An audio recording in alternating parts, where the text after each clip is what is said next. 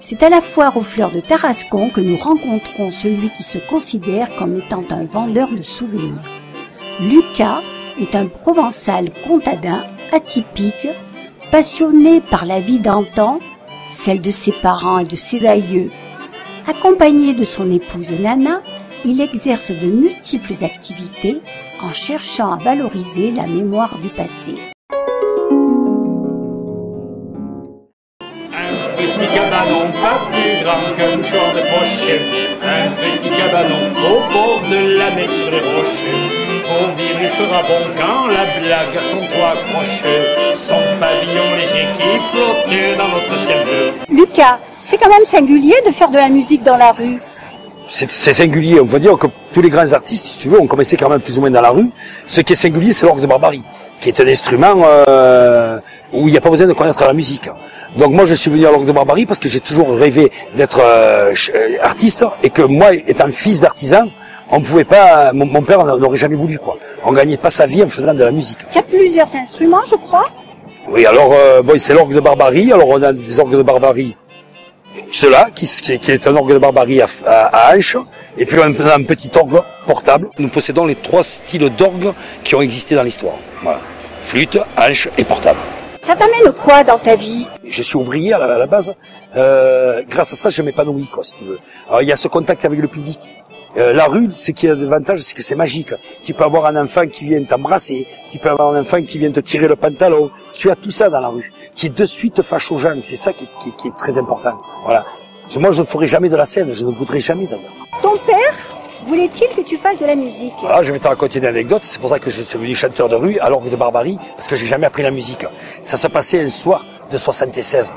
Mon père, il était puisatier. Il était rentré, là, sous la tonnelle. Il se servait son pastis. Je le revois encore avec son pantalon bleu, tu vois, et son tricot de peau manche courte. J'ai fait, papa, je voudrais te parler. Il dit, assieds-toi, qu'est-ce qu'il y a? Papa, je voudrais faire de la musique. Oh, il me dit, oh, tu trouves qu'on n'a pas assez de travail encore, comme ça à la maison? Toi, de plus, tu veux faire de la musique, oh. Bon, tu iras voir tonton, l'escoubaille. En français, l'escoubaille, c'est un cantonnier. Il va t'apprendre l'accordéon. Papa, on est dans les années 70, oh. Moi, j'aurais préféré la guitare. Puis je veux pas que ce soit un cantonnier qui m'apprenne la musique. Moi, je vais aller au conservatoire. Il me dit, conservatoire, ok, d'accord. C'est une école où on apprend la musique. Mais pourquoi faire? Pour en faire son métier. Mais il me dit, tu es fada, on gagne pas sa vie en faisant de la musique, oh. Demain, tu viendras avec moi au fond du trou, je vais te donner un marteau-piqueur. Ça fait de la musique. Et avec ça, tu gagneras ta vie. Donc, du coup, je suis devenu ni musicien et ni puisatier. Dis-moi, Nana, toi, tu partages la passion de Lucas ou Lucas partage ta passion? Ah non, je partage sa passion. Mais en réalité, on a tous les deux été bénévoles dans des associations, et on avait un contact avec l'extérieur qui était autre que le travail. Donc c'est ce qui nous aide à décompresser, c'est ce qui nous aide à tenir dans notre travail effectif, c'est le contact avec les gens. C'est un vrai bonheur pour vous deux. Ah, oui. Complètement. Quand je l'ai rencontré, j'ai dit, moi j'ai des projets pour toi, je vais te mettre dans la rue. Et il l'a fait. Maintenant, elle y est. Lucas et Nana ont aussi des moments de partage heureux en faisant participer leur public. Comment ne pas perdre la tête, serré par les bras audacieux, car on croit toujours au doux mot d'amour quand ils sont dits avec les yeux. Moi qui l'aimais tant, mon bel amant de Saint-Jean, il ne m'aime plus, c'est du passé, n'en parlons plus.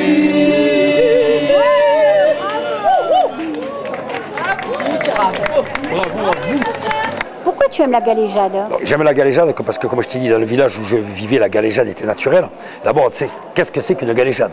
Donc une galéjade, c'est une histoire rigolote, mais qui n'est jamais vulgaire. Il ne faut pas qu'il y ait de vulgarité dedans. On trouve très bien ça dans Morin des Morts, où il parle justement de la galéjade, où il disait, il faut savoir faire rire les gens, mais jamais sans vulgarité. Gardiole, il faut que tu me sauves la vie. Qu'est-ce que tu as à me vendre là? À l'heure où tu passes, j'ai plus grand-chose. J'ai 2 perdreaux, mais ils sont plumés. Ah, ça fait rien, donne-moi les. Mais les perdreaux dans le carnier, ils rentrent au bistrot. Jules, qu'est-ce que tu as tué? J'ai tué 2 perdreaux. C'est pas vrai, montre-les. Il les sort, il les jette sur le comptoir. Oh Jules, ils sont plumés tes perdreaux. Tu nous prends pour des Marseillais ou quoi? Écoutez ce qui m'est arrivé. J'étais à l'entrée du village, dans le grand champ du Père Charras. Derrière la haie de cyprès. Je marchais doucement. Le pato, il était derrière moi, comme toujours. Tout par un coup de l'autre côté de la haie. J'entends un couple de perdreaux. Et la femelle, elle avait l'air de se régaler. Je passe la tête. Un couple de perdreaux qui était en train de faire l'amour. J'épaule, je vise, pam, pam. Et alors, ils n'ont pas eu le temps de se rhabiller. Celui qui aurait tant voulu être musicien étant jeune a trouvé l'outil idéal pour assouvir sa passion, la scie musicale.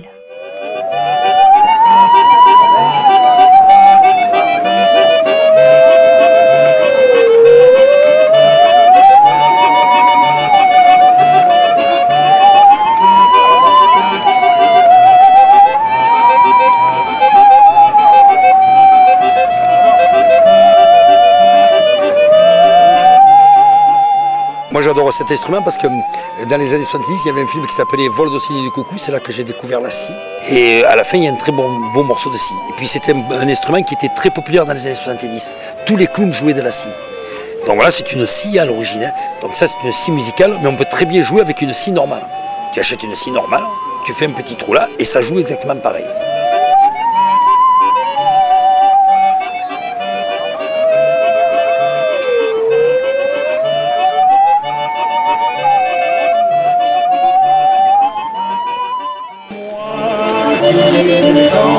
Mon bel amant, mon amant de Saint-Jean, il ne m'aime plus, c'est du passé. N'en parlons plus. Merci beaucoup. C'est la première fois que je joue. Je suis tombé. Merci beaucoup. Lucas, où te produis-tu et dans quels endroits? Donc avec Nana, nous animons spécialement des fêtes du terroir. À Égalière, dans toute la province. On fait aussi des anniversaires privés. On peut faire aussi beaucoup de mariages. La sortie de la mairie et le vin d'honneur. L'orgue de Barbarie, c'est un côté très romantique, quoi. Donc voilà, on fait tout ce qui est, comme j'ai dit, fête traditionnelle, fête du terroir. À Égalière, on fait la fête de la Sainte-Thérèse, les fêtes du 19e siècle, les reproductions historiques, les retransmissions historiques, tous ces trucs-là. Et les municipalités vous demandent? Alors, on ne travaille que sur contrat. Moi, je ne travaille plus au chapeau ou à la manche, comme on disait avant. Donc moi, j'ai un contrat par la municipalité ou par un comité des fêtes ou par une association. Voilà. En dehors des manifestations, Lucas occupe ses loisirs d'une autre manière. Nous sommes allés le voir en période hivernale dans son atelier.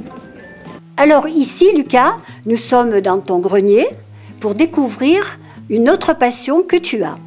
Oui, donc ici, c'est un grenier que j'ai aménagé en salle d'exposition où je reproduis des vieilles maisons provençales et tous les véhicules du 19e siècle hippomobiles que l'on trouvait dans la région, dans toute la France et surtout dans la province. Tout ce qui se trouve ici, c'est toi qui le fabriques? Oui, c'est moi qui fabrique toutes les maisons, tous les décors, toutes les charrettes, sauf les santons.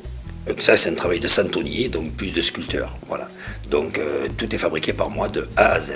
Et Nana me donne un coup de main pour tout ce qui est petits détails, le travail de l'argile, donc tout ce qui est accessoires, on va dire les malles, les sacs, tout ça. Donc voilà. Alors là, tu utilises quoi comme matériau?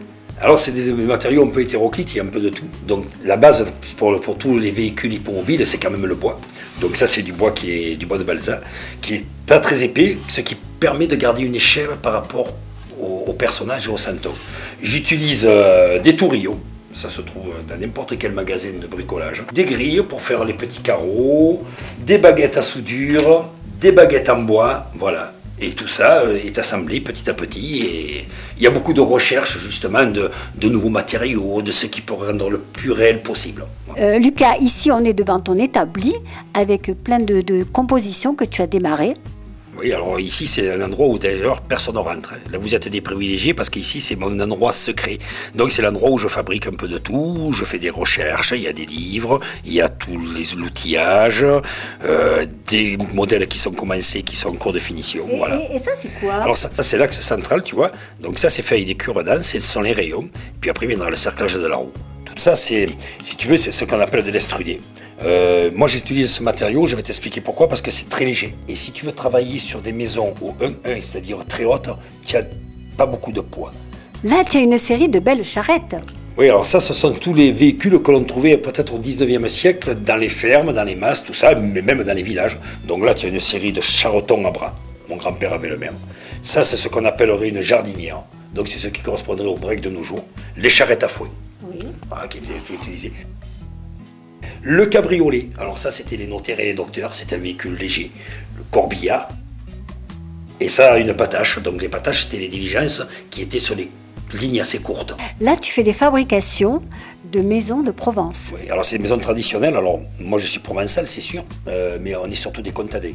Donc là je reproduis un peu l'habitat qu'on retrouve dans le comtat venessin, mais pas ma main. Ça c'est un mas provençal mais qui était surtout un peu dans les montagnes, tu vois, plus dans les collines quoi, on va dire. Le cabanon des vignes qu'on trouve au milieu des vignes avec sa petite pompe à côté. Et puis, Lucas a une autre passion pour les roulottes et le monde gitan de nos aïeux.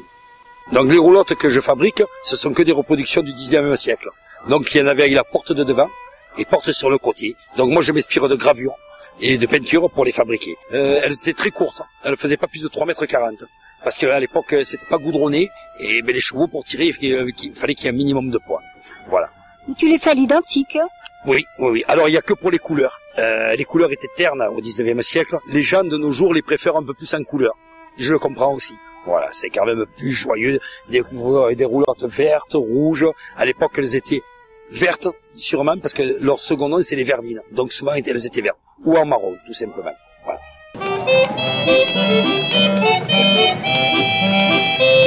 Nul doute que Lucas et Nana sont des passionnés généreux quand ils se donnent au public, avec leur instrument favori. Au travers de leur reproduction d'habitat, ils transmettent aux nouvelles générations leur savoir sur la vie d'antan en Provence, et cela pour notre plus grand plaisir.